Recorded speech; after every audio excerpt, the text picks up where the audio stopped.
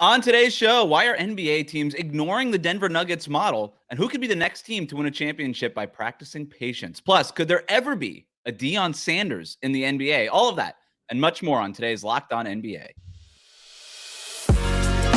You are Locked On NBA, your daily NBA podcast. Part of the Locked On Podcast Network, your team every day. All right, welcome to Locked On NBA. I'm Wes Goldberg here with Adam Matas. However you might be tuning in on YouTube, Odyssey, or on your favorite podcast app, thanks so much for making Locked On NBA your first listen every day. Adam, I thought we could take a little bit of a different approach to today's show. There's a ton of huge topics going on in the sports world. Coach Prime in your backyard, Deion Sanders, maybe the biggest story in all of sports. We're going to ask if that model could be replicated to the NBA later on. And then later, we're going to see if we can cast an NBA reality TV show in the style of Netflix's Quarterbacks. But I want to start with some of the news that has been hitting the NBA, mainly stars on the move or potentially on the move. The biggest one, obviously, lately has been Giannis, right? Giving those interviews to the New York Times, talking about, hey, if it doesn't look like I can win a championship here in Milwaukee, I might ask to be traded. So there are teams around the league preparing for Giannis to potentially be on the market and demand a trade. By the way, Wes, not because of those comments. Those comments are just the latest in a string of clues that Giannis might feel that he is not a lifer in Milwaukee. Absolutely. And so, look, the Bucks are on alert. I think I agree with you. This is not new news to them, but it is interesting that Giannis is taking this messaging now. Right. And he could be on a new team within 12 months. That's basically what we're looking at here. And so he also could not. I do take his comments literal, and you know that he is really just saying, I would stay here if the situation is good as it is at the moment. But if not, it's not a trade demand, right? This is more of like, let me put some pressure on you publicly so that you guys kind of revamp the roster and show me that there's a vision for like 2, 3, 4 years down the road. Right. That's kind of the number one priority I take it at. Yeah, he's revealing his values or what seems to be his values for how he'll make his decisions. One guy that didn't really take that stance was Damian Lillard, maybe waited a little too long to demand his trade. He's obviously out there, the Heat being the destination that he wants to get to. Then there's the stuff around James Harden. There's the stuff around Joel Embiid. And all of this stuff, and I can't help but think, Adam, it's like, look, I know that we live in an age of stars getting traded and all these things and being on the move all the time. And organizations kind of always being scared of their star turning around and asking for a trade tomorrow, right? And I look at the teams that made the Final Four last year in the NBA, the Miami Heat, the Boston Celtics, the Denver Nuggets, and then the Lakers obviously were the other one there. But I look at those other three, the Nuggets, the Heat, and the Celtics, and all of them kind of built patiently, right? The Celtics got to the finals 2 years ago, Eastern Conference Finals 3 of the last 4 years. Like, they're there, right? Like, they are a legit contender, even if they don't have the ring. And they kept Jaylen Brown, just extended him. They kept Jason Tatum, where it looked like there was opportunities to maybe trade Jaylen Brown and maybe make a bigger splash. They kept their dudes, and they seem to have a long runway here that they're working with, even if Celtics fans are a little impatient. But these guys are young and they're good and they're under contract. You look at the Heat. I know they made the Jimmy Butler trade, but other than that, they built organically, right? Bam Adebayo, Tyler Hero, all these sort of uncovered gems. And then I will say it's hard to say built organically when the main player is the new piece, but it is true. But it's just Jimmy Butler's a big piece to throw into the mix. Sure, absolutely. But they also didn't take like the big summer, like where we're going to go get Kawhi and Paul George. And they didn't make those big. So, But I mean, the real model here that we're talking about is your Denver Nuggets, right? The only reason I bring it up is because you are right. You have me thinking about Miami in that way, but I wasn't thinking about them.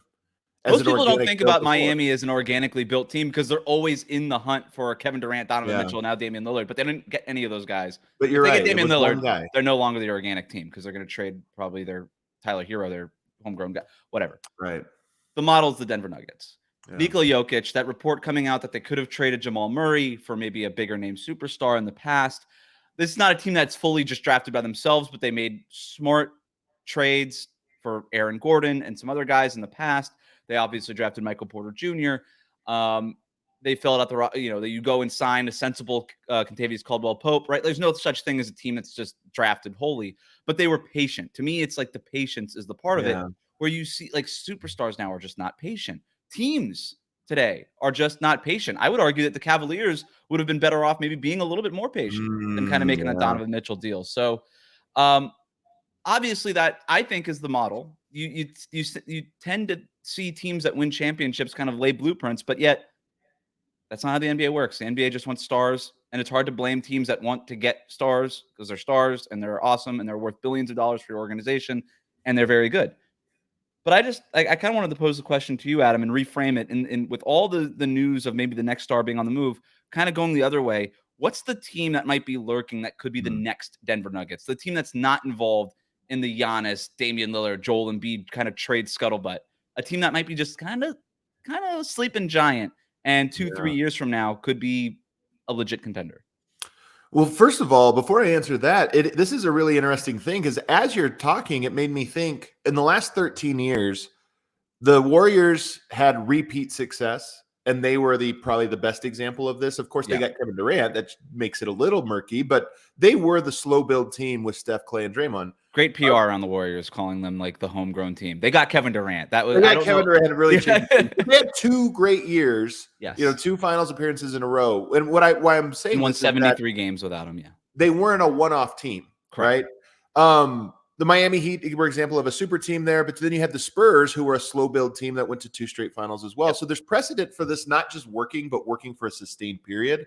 And even Milwaukee, other teams, they won it. The Bucks won a championship doing it this way, right? Right. So, but long-term success. It seems like it's the teams that can stay around for a while, whereas some of these other super teams, Cavs, even Toronto, it's like a short window and then it closes or what have you. But when we look now, I think the obvious answer for the first one you would throw out is Oklahoma City. Yep, they're the ones that are the team that went with all the draft picks, and now they have Shai Gilgeous-Alexander, a legitimate cornerstone piece. They have Jalen Williams, who I think is a sneaky good, maybe could be as good as a second piece. He's that good of a player. Yeah. They have Giddey, who's a phenomenal player, and then now they have Chet Holmgren. So this is a team that's probably a couple years away from true title contention, but they have all of the pieces and assets to be that exact team that if they don't speed up the process and just kind of play this out, in 2 years' time, their window probably opens and stays open for a good amount of time. Shai's that dude, right? He's that dude. And that when I'm looking at teams that could build organically, do you have that dude? Because if you have the dude, then you're allowed that patience. You're afforded that patience. You got the superstar. You don't have to go looking for it elsewhere. That was the best thing about the Denver Nuggets is you end up drafting Nikola Jokic in the second round, and it's boom, we have our guy now. And I think the biggest hurdle teams face when they're trying to be the slow grind team is they overestimate how good their best player is. Because when you said that dude, you really mean a top 10 player. Like we believe Shai can be a top 10 player, which you kind of have to win a title. You can't have the 15th best player be your best guy. That's a really, really difficult formula. But Shai appears to be a guy that can be in that MVP caliber. Would you have him in that top 10 right now? Would you have him in your top 10? Like I'd have to list them out, but if you were asking me if there's 10 guys I would take ahead of him going into this next season, I think the answer is no. I think he's going to be one of the better performers this year. I wonder if there's another step for him to take to kind of get to that top 6 kind of level where the Stephs and the Embiids and the Giannis's and the Jokic's and the LeBrons and the KDs kind of live. I don't know. But. Well, I think about this all the time, Wes. There's a couple different pillars of this. One of them is skill and talent, and I think he's already there. So to me, I think he is in that category. Will he get better? He can get better in meaningful ways. But for superstars, and like this is an example of Zion. Zion had that stretch where he scored 20 points in like 30 games or something that hadn't been done by anybody, and whatever. And you looked at it and go, okay, he's got the talent part. That box is checked. But then it becomes mental toughness, leadership, camaraderie, like all these different things that we just kind of overlook. Those are the types of things that I think become the next level to do you get your team over the hump? And that's where Shai's at now. We don't know that, but we're going to find that out here. I think the other part of kind of getting the whole team over the hump and into that contender part is, all right, we've got our guys. Right now, Oklahoma City's been doing it smart, right? Talent acquisition mode, draft pick into talent and all these things. Just throw as much talent on this roster as possible. But we're already seeing it this year where there's a little bit of a talent overflow, and they're going to have to make some hard cuts and some hard decisions here. And it just feels like this team is going to have to make some sort of consolidation trade in the future. And whatever that looks like is another podcast, but it's like, okay, you've got your guy in Shai, and now you got to identify what works around Shai, right? And so I don't think that's rocket science, but then you got to go find those guys. So what's the Aaron Gordon trade in the future for the Oklahoma City Thunder? What's that hard decision to let a Monty Morris or somebody like that go and kind of turn the page and go in a different direction? Like, what are those decisions, and can they nail them? Can Sam Presti nail those decisions? Because that's the stuff that turned the Nuggets from like, hey, this is a very good team to a champion, you know? Another team I have my eye on here is the Orlando Magic. This would be my sleeper team here, I guess I would say. But I just love, I mean, first of all, their front court is one of my favorite in all of the NBA, especially favorite young ones with Franz Wagner and Paolo Banchero. Wendell Carter is still youngish and a really, really good player. And then, of course, you have, Jalen Suggs. We'll see what happens with him. Mo Wagner, who I like. Yeah. You still have some young players that might turn into something. So they have, to me, they're another team that has been on this slow grind that we'll see if they turn the corner. I like the Anthony Black pick for them. I thought that got panned a little bit too hard. I thought it just made sense for them. Markelle Fultz, we'll see what happens with him. I had Orlando on my list too, because if Paolo Banchero can take that step, and I love that he participated with Team USA at this point of his career. He could be like, okay, this is what it is. This is what it's like being around Steve Kerr and Eric Spoelstra and those guys. Like, I think that could be really important to him. The other team I had was the Spurs, just because of Wemby. I just felt like you kind of had to have him there. It's early, but you like some of the pieces, Devin Vassell and these guys. Like, we'll see. But if Wemby really is that dude, then we might be talking about something. So I thought it was that's a one-man core. That we're just kind of like, if they keep that core together, it's Wemby. If they keep him, don't sleep on Sohan, man. Don't sleep on Sohan. You're right. Yeah. They got some other pieces here. I included Sacramento because I feel good about them and they make me happy. I don't know that like as much as Sabonis and De'Aaron Fox and as great as that they are, I wouldn't consider either of them top 10 kind of capital G guys, capital D dudes. Like, I wouldn't put them in that category. So I kind of have a hard time seeing them reach that level, but I just wanted to include them because they were kind of fun. The other team I wanted to include was Cleveland. They're also, real quick, they're also not that organic. That's true. A lot of trades like Herter and Sabonis. Yeah, it's not organic. I guess I was thinking patient because it's been patient, but it's been patient for Sacramento only because they've been bad for so long. Yeah, I guess they haven't really been patient on purpose. They made the trade last year, so I think that I don't know. I don't think. Can we throw the Cavs in there? Because if they pivot here on Donovan Mitchell, and they kind of go back to the De'Aaron or Darius Garland, Evan Mobley core. That to me could still qualify. It's like, okay, we kind of went off the path for a little bit with Donovan Mitchell, but then we traded him because we didn't think we could re-sign him in a couple of years. And we got a bunch of picks and some good role players to be around Garland and Mobley. That is interesting to me. I feel like they're off the path, but they're not so far off the path that they can't just kind of pull the steering wheel left and get back on the road. I think the Donovan Mitchell trade negated this. I mean, if you think about the teams we were using as examples, the Nuggets, the Warriors, they didn't trade for their best player and then lose that guy at any point. Their best players grew through every stage. And Donovan Mitchell came in and was the best player. And if he leaves, then they'll have a new best player again. So to me, they don't count. What about a couple of one last sneaky one here? And it shouldn't actually be that sneaky. Detroit. They're really early in this, really early. Yeah. But I'm kind of curious to see if they're a team like the Nuggets. I followed the Nuggets. Their first 2 years, nobody was talking about them as the next team. It took a couple of years before that kind of picked up steam. I wonder. I mean, we're gonna have to wait and see. There's a lot of questions with what they're going to become. But Ausar Thompson projects to be a really good player. Cade Cunningham, really good player. That's already a really good start. Similar. It's a little similar to the OKC model, where what made Denver interesting was that they kind of took small ball and turned it into skill ball, right? And obviously had Jokic in the middle of it, who could do all these things at the center spot that are just transformative for their organization. What's the next thing? And it would just be like, okay, all 5 guys can handle the ball and make decisions. And that's what OKC has built. And Detroit is sort of kind of starting to do that a little bit. I like the pick. I like Detroit's young core. I think people are sleeping on him. I wouldn't put that. It's a worthy honorable mention. It is too early to throw him in here. Yeah. All right. Next. I got one. Hold on. One last one for you. We don't have to do it. Just Minnesota. I know they got Gobert, so that kind of negates it the same way Cleveland if you negated Donovan Mitchell and the Cavs, you can't include Minnesota. But Gobert's not their best player. He's just like a really high level. He's like Paul Millsap, He's like Denver brought in Paul Millsap for a while, trying to help. Denver brought in Paul Millsap for 7 first-round picks. And we're like, 7 first-round expensive Paul Millsap.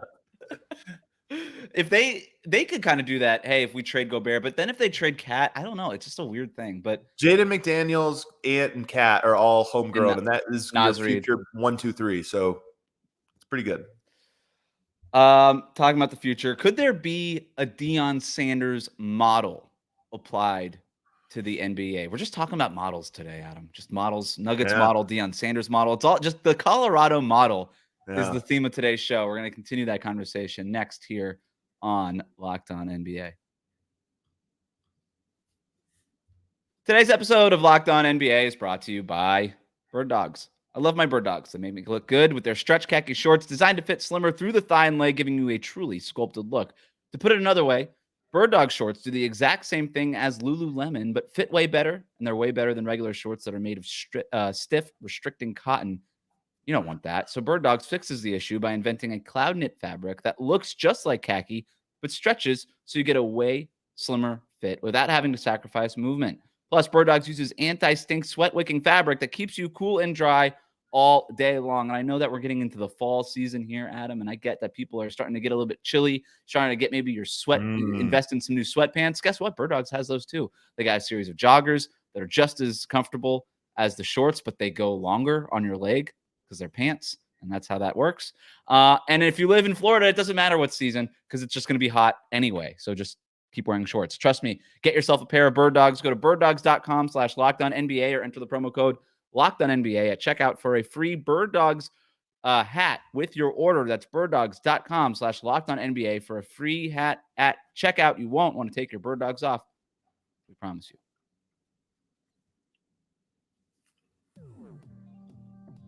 Welcome back to Locked On NBA. Thanks for making Locked On NBA your first listen every day. What if we made a quarterbacks Netflix reality show style show for the NBA? We're going to do that in the next segment. But right now, the biggest story in sports is Coach Prime. Adam, you're in Colorado. It's happening in your backyard. What's it like on the ground right now? What's the Deion Sanders fever like?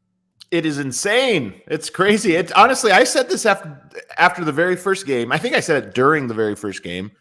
Coach Prime is the biggest story in all of sports. Yes. This was, by the way, the week before the NFL started. There's hype around the NFL season.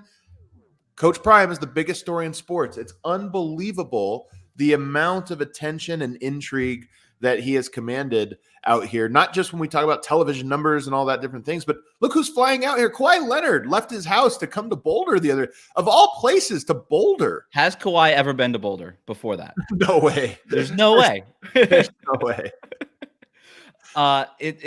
I'm so interested to get your perspective on it because here in Miami, it's still, it's all over ESPN. We get the same ESPN you guys get. So it's like it's all over it's everything. It's what even like local radio is talking about. Like you can't not talk about it. And every once in a while you get a story like this and then eventually it'll burn out and we'll get sick of it. But it just, for whatever reason, a combination of factors, it captures the imagination and the passions of everybody that loves sports. Well, Wes, think about this. College game day last week for CU versus Colorado State. College game day and is it called Fox Big One? Noon? Yeah, the Fox One Big Noon. They both came out here. One of them, it wasn't even on their station. Can you imagine if TNT brought the Inside the NBA crew to San Antonio when they were broadcasting a Lakers Nuggets game?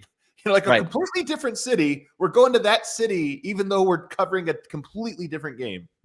And so, look, there's so many things with Deion Sanders that's interesting here. The thing that I want to focus on is just sort of the model that he has put together because, look, in the end, in football, you tend to follow the same pattern in terms of coaching hires. If you have an offensive-minded coach and you're bad, then you fire him and then you get a defensive-minded coach, right? Or vice versa. If you're defensive, and that tends to be the pattern. Obviously, there's exceptions, but that tends to be the pattern. In the NBA, you don't really have that. In the NBA, you don't have you don't really think of coaches as like offensive leaning or defensive leaning. Of course, there's like exceptions, like Tom Thibodeau is like definitely defensive leaning, but you know what I mean? Like for the most part, I think in the NBA, it's a little bit more like motivator and tactician. And if you've got a motivator coach who doesn't work, you fire them and then you go and hire a tactician. And then if the tactician doesn't work, then he just wasn't getting through to the players. So you hire sort of like a more of a player relationship guy. I think about the Toronto Raptors. They had Dwayne Casey, who was more of a relate to the players kind of guy. They fire him, get the tactician and Nick Nurse. that works out a little bit. They win a championship, obviously, but then they fire him, and then they go the other way, and they hire Radakovich, who's basically I don't mean to put him in a box right now, but he's all the stories out of Toronto right now is how well he talks to players, right? And so that's sort of the thing. So in the NBA, you kind of go motivator tactician instead of offense defense. But we end up just kind of retreading, is my point here, is you kind of go through that pattern. The interesting thing about Deion Sanders is it just blew up the whole model. It just blew up the pattern. And they were just like, let's just go get a superstar personality who can bring excitement to the program and obviously get talent.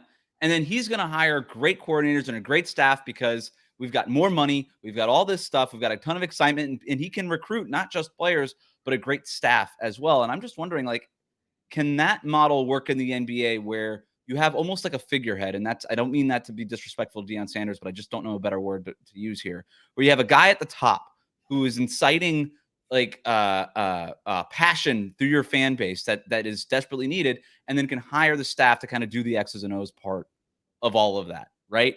Yeah.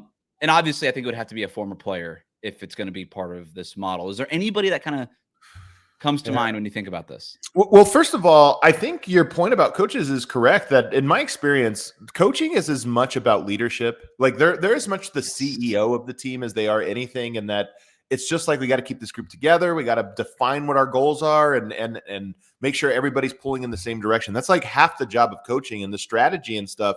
Oftentimes assistants do take the lead on that, and a coach will have input. And sometimes coaches are more influential than others in that. But the leadership part is just so important and so time consuming. I talk about it as like an iceberg, and I agree with you 100%, Adam. It's like the X's and O's, like the sideline out of bounds play that's really cool, that goes viral on Twitter, is the tip of the iceberg. But most of the job is under the ocean. It's all that stuff that goes behind the scenes that nobody really knows unless you're close to the team or on the team. The culture, the identity of the team. And I would say maybe the closest thing to this right now in the NBA is maybe Steve Kerr, having covered that team as closely as I did. Like, he's not really involved in the X's and O's as much as you would think. Like, if anybody has, like, he's got defensive coordinators, right? He has like a Ron Adams on his staff and stuff like that. But he doesn't qualify because he's not loud and boisterous and exciting like Deion Sanders is. So I don't know that it can be a coach. The thing about Coach Prime is that in college football, you can recruit, and recruiting is half the battle. And so like the coach, and that's a main job. And that's where his salesmanship and all of those things that he can build that helps recruiting more than like a GM. Well, so I actually, when I was thinking about this, was more thinking ownership. And I was thinking about how different Matt Ishbia has made the vibe in Phoenix. Now, it hasn't quite paid off. And in my opinion, I think there's a little like disaster potential there. I mean, the guy did get into a scuffle with a star player during a playoff series. He might have a little Cuban to him.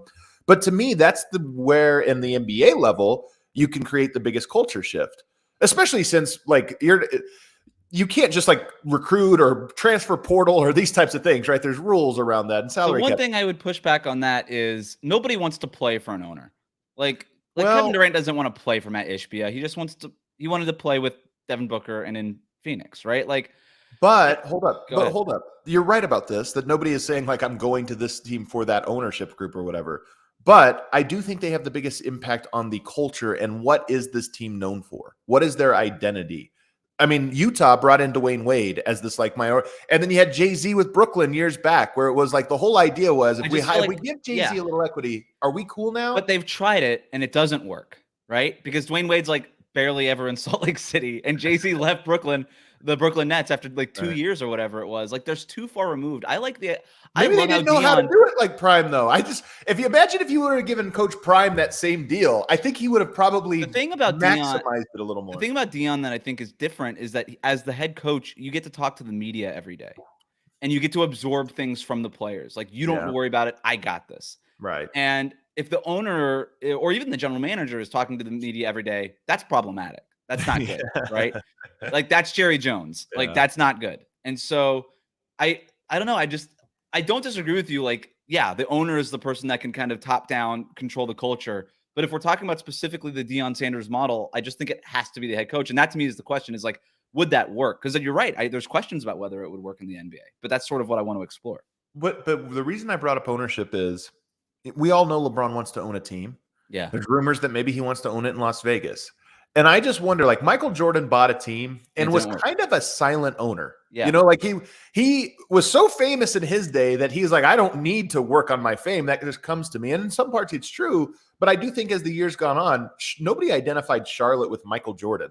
That wasn't like we're flooding to Charlotte to play for him. They're too far removed. But also, I just don't like he could have been in the camera more. He could have maybe, you know, it could have been known as a thing like, oh, if you go to Charlotte, you become Jordan's friend. And like, this is how that works. He didn't want that. He didn't go for it. But I do wonder if LeBron coming up in a different era where these things, this self-promotion and online stay in the news, if it's a little bit more in him, and if Las Vegas becomes the CU Boulder of professional basketball, where it's like, hell yeah, I want to live in Las Vegas in the winter and play for LeBron, and LeBron has all the celebrities in Vegas and at the games all the time. And now all of a sudden Vegas is the new Lakers, where it's like, that's what the Lakers built their reputation on in the 80s is there's celebrities everywhere. It's fun. This is showtime. I just wonder if LeBron could bring that to as an owner to an organization. I would be very curious to see if that's the case. I don't think he would ever coach. I think that's probably too much in the weeds for him. I want to throw some other names at you. Okay. 2 names that I'm going to eliminate, but I thought of. Because the other part about Deion Sanders is that he's so respected by the current generation, even still. And part of it is like, I don't know that. Well, I do know that none of his players currently watched him play in the 80s for the Cowboys, but you know, there's the highlights, there's the arm behind the head, you know, and then obviously he was in broadcasting for a while, keeping his name in the game, and he can't not be in the public. He's also so charismatic that even I think most of these players don't know anything about him, but then they meet him and they're like, oh wow, this guy's energy is unbelievable. And he'll tell you like, go look up my YouTube clips, and then they will, and they're like, oh wow, this is crazy. So I was trying to find like, okay, what's that charisma? Who's like kind of who could still impact players today and kind of garner that respect just by walking through the door? 2 guys I thought of, but I'm going to eliminate because they don't qualify, is Dwayne Wade and Allen Iverson. Why would you eliminate Iverson? I don't think Iverson would ever do the stuff that Deion Sanders is doing. I don't think he would do. I don't think that's his personality. He seems much more like kind of quiet and kind of just doing his own thing in retirement these days. And then D Wade is just too polished. He's way too polished in front of the media. He's a game show host. He's not Coach Prime. You know what I mean? Yeah. Totally. Even though the players these days adore Dwayne Wade and still talk about him. Iverson, you threw to the side a little bit. I will say that I think Coach Prime is more thoughtful and strategic. Like he's not only naturally cool and all these different things, but he also is thinking about how to present and this, that. Whereas I think Iverson is obviously as cool, if not cooler than Coach Prime, even just in terms of like this magnetic thing. But I don't think he's cognizant or thinking about. And he doesn't like the spotlight. Like, he never really liked the spotlight. He didn't like talking with the media. Like Deion Sanders loves talking to the media. Like it's his favorite part of the job, I think. So it's like, I don't know that Iverson would even want to do it. One other guy, and I kind of like this, Kevin Garnett. First of all, his presence, 7 feet, walking through the door to every press conference and every locker room, he would scare the bejesus out of young beat reporters. Yeah, no way. Like, and he's on TV a little bit now. He's still Kevin Garnett. He's a champion. People know who he is. I think he would garner respect from current players. Kevin Garnett would be interesting to me. Yeah, it's so different. In basketball and football, too different. College and pro, too different. This is why I don't know if it works. Because Coach Prime, again, is he a good coach? I don't know. You coordinators take a lot of the play calling and this or that, so it works. And the NBA, I just think you need a little bit more actual coaching. And that's the part where I just don't know. Is Kevin Garnett a good coach? Is Allen Iverson a good coach? I just don't know if these guys actually have. They don't have to be good coaches. They got to hire the staff. That's good coaching. Well, I don't know if it works in basketball that way. I'm going to give you 2 more names, and then I actually have the name that works, and you're going to agree with me on it. But I'm going to give you 2 more that we're going to throw out. I don't believe in any of these, but I'm going to give you the one at the end here that is going to happen. Charles Barkley. I just wanted it would be funny. All right. Just thought it'd be interesting. JJ Redick, because he loves the sound of his own voice. Yeah. But that doesn't really qualify. He wasn't like a superstar the way Deion Sanders was. Doesn't really qualify. Here's the answer. Star to bloggers and NBA fans. I don't know if he's a star to NBA players. He loves the NBA Twitter. NBA X loves JJ Redick. But the answer is Draymond Green. No way. What? Come on. We know he's got the basketball IQ, just like for sure. The football IQ. He loves this. He loves to talk with the media. Like loves it. Yeah, and he's good at it. Yeah. Players would respect him. He's a champion. Yeah, He's got the credibility. He can hire a staff. he's not. He could be a great coach. This is like regular good coach. Like Ty Lue's a great coach. Like this is not Draymond Green is creating a coach prime situation. Like I don't think the national media would love a Draymond Green head coach. Like it would be whatever team he coached would be the story of the NBA. Especially if they won their first 2 games. It's like as good as we're going to do in this exercise. It's as good as we're going to do. But to me, it's like 1/100th of a coach prime. I don't know that you can. All these free agents are flooding to Coach Draymond. I'm taking that as a W. I don't care. Right. What if we casted a quarterbacks style reality show, but for the NBA? We're going to do that next year on Locked On NBA. Today's episode of Locked On NBA is brought to you by DoorDash. Do you need fresh groceries for the week but don't have time to go to the store? Try grocery delivery from DoorDash. You'll get everything you want delivered when you need it right to your door. That's right. DoorDash isn't just for a meal here and there, a lunch in the middle of your busy day. You could get your errands done with it too. You've trusted DoorDash to deliver your restaurant favorites, and now you can get grocery delivery that actually delivers also. With thousands of grocery stores to choose from, you'll find the best in your neighborhood and boost your local economy with each and every order. You'll get exactly what you ordered, or they'll make it right. So sit back and enjoy quality groceries just like you picked them for yourself. Want even more value? You could save on all of your grocery and restaurant favorites with a $0 delivery fee on all eligible orders with a Dash Pass membership. I have that. With easy substitutions right in the app and best-in-class customer support, DoorDash delivers groceries exactly how you want it. Get 50% off your first DoorDash order, up to $20 in value when you use the code LOCKEDONNBA at checkout. Limited time offer. Terms do apply. That's 50% off, up to $20, no minimum subtotal, and 0 delivery fees on your first order when you download the DoorDash app in the App Store. Enter the promo code LOCKEDONNBA. So don't forget, that's code LOCKEDONNBA for 50% off your first order of your groceries with DoorDash.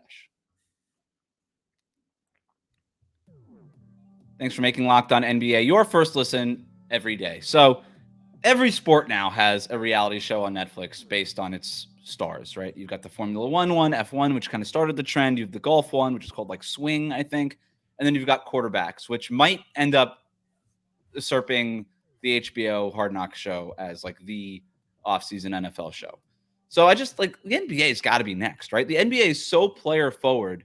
It's almost strange that they don't have one, right? And maybe we'll see one because there's this new like HBO Max partnership thing. Like if something hits HBO or if there's a reality show, it probably would go there. I would just be my guess. But it's just strange to me, Adam, that we don't have it already. So I wanted to kind of build one ourselves.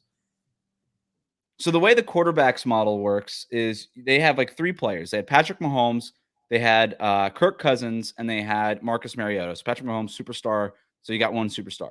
Kirk Cousins, sort of like your definition of average quarterback. So kind of is he or isn't he kind of our guy type storyline with him. And then Marcus Mariota, who's basically clinging to his spot in the league, but was also like a former top 10 pick, right? And so you had different kinds of interesting storylines throughout the season. What if we were to do that in the NBA? So we would have a superstar, maybe like a more average-ish player, and then like another player who is basically just trying to hold on to a spot in the league. What do you think about this idea? Well, I like the idea, but I thought of this more as that's the theme. You had one, quarterbacks, and then you had 3 different types. I thought of several different themes was kind of the way I went to it. So I'll give my first one is trade block. I thought Damian Lillard, James Harden, Tyler Hero. You got 3 players all involved in trades, rumors, and different parts, and you're kind of following them along. So the show is called Trade Block? I mean, it's the NBA. What do we talk about in the NBA? We talk about trade rumors. This is in the NFL. Maybe they don't talk about these things. They have their own show. The NBA has their version. I love this because then so you have to follow them basically. If they've demanded the trade, you could follow them at the start of the season and see if they get traded mid-season, or if they've already been traded in the offseason, you could follow them afterwards in their new environment.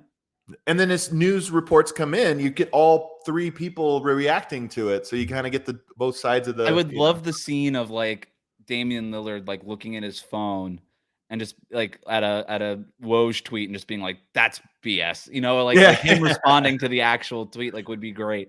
I love that as an idea. That's better than anything I came up with, honestly.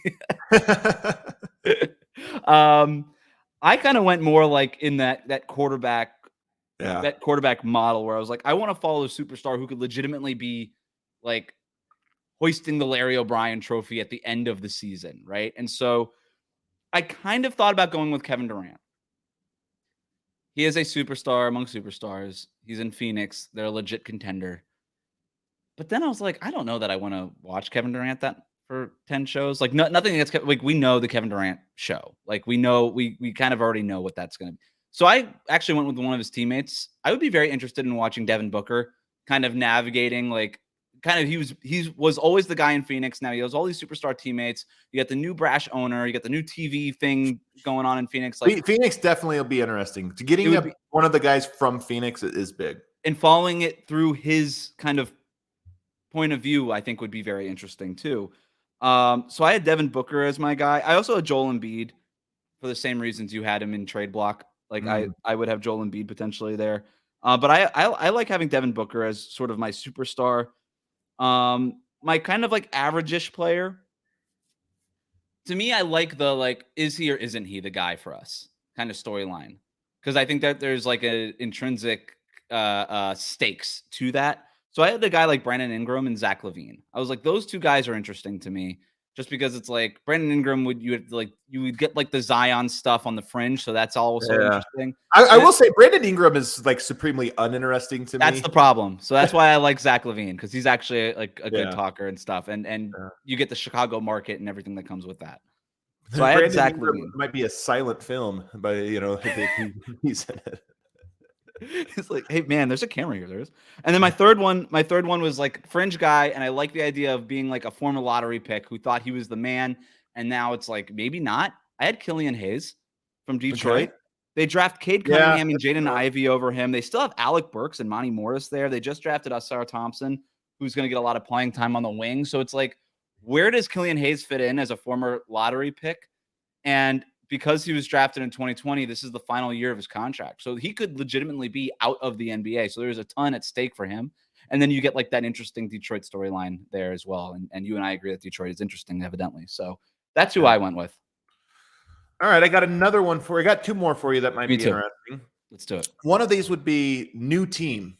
This is new team. Guys getting integrated to new teams. So you get Bradley Beal. Same reason. Going to a new market. You got to fit in all those interesting characters around him. Yeah, Chris Paul. You've got Jordan Poole. Ooh. New team, new player. Is he as good as he would love that camera, man. He would love that camera. He would give you some good stuff, I think. And then I was trying to decide for the last one if I should go with Marcus Smart or Kristaps Porzingis. Porzingis in a bigger market, so there might be more known name. But Marcus Smart with John Morant situation, all that stuff could be interesting as well. I would go with Porzingis because I think the Boston thing sells. Yeah. And I don't really need to hear more from Marcus Smart. This seems a little personal. I'm not going to lie. This is like how I refuse to watch Winning Time because it's about the Lakers. I'm just like, what? I'm not doing it. Good news for you. It's canceled. It's canceled. I'm not shedding a tear over this. What's the third one you had? So the last one I have for you, and I had a couple others, but the last one I had was market size bias. So I thought you get Austin Reeves. What's it like for Austin Reeves? He's a pretty good player, but in Los Angeles. You get Jalen Brunson, I would say very good player in New York. And then you get Jamal Murray, NBA champion in Denver. So you get each coast, East and West Coast, and then you get right in the middle with probably the best player of the group, and you just see the contrast between the market sizes. You could call it point guard. I know Austin Reeves isn't technically a point guard, but whatever. We could call it point guard. It works. I like it. I think Russell Westbrook has to be in this show somehow, and I don't know how. But the Clippers are so supremely boring that I don't want to watch it. Like, that's a good. You would just you would never see Kawhi in the episode. It's like, where is he? He's hurt. Doesn't matter. That's so true. Could you do one with owners? Could we do like Ballmer, Ishbia, and oh my god, and Cuban? Nobody would watch that. The contrast in styles of ownership. That's just called Billions. We already have that show. It actually might be more compelling if you really think about it. It might be more stuff too. You got the private jets. Who's the guy Ishbia hates? Nikola Jokic? No. The other owner that Ishbia doesn't like. Dan Gilbert. Dan Gilbert. Okay, so we need Dan Gilbert. Oh, and you get Ishbia, and this is basically just WWF. Like this is just that's a wrestling show. I'm with it. All right. I think we just had a bunch of $1 million ideas that we're not going to make a cent off of, but that's okay. Ugh. That's what we do here. We just make content. That's what we do. That's what we do. That's what we do. Adam, it's been real. The show is going to be back on Monday with the biggest stories from your NBA weekend. Until next Friday, you can find me over at Locked On Heat. Adam's is going to be over on Locked On Nuggets. Thanks for making Locked On NBA your first listen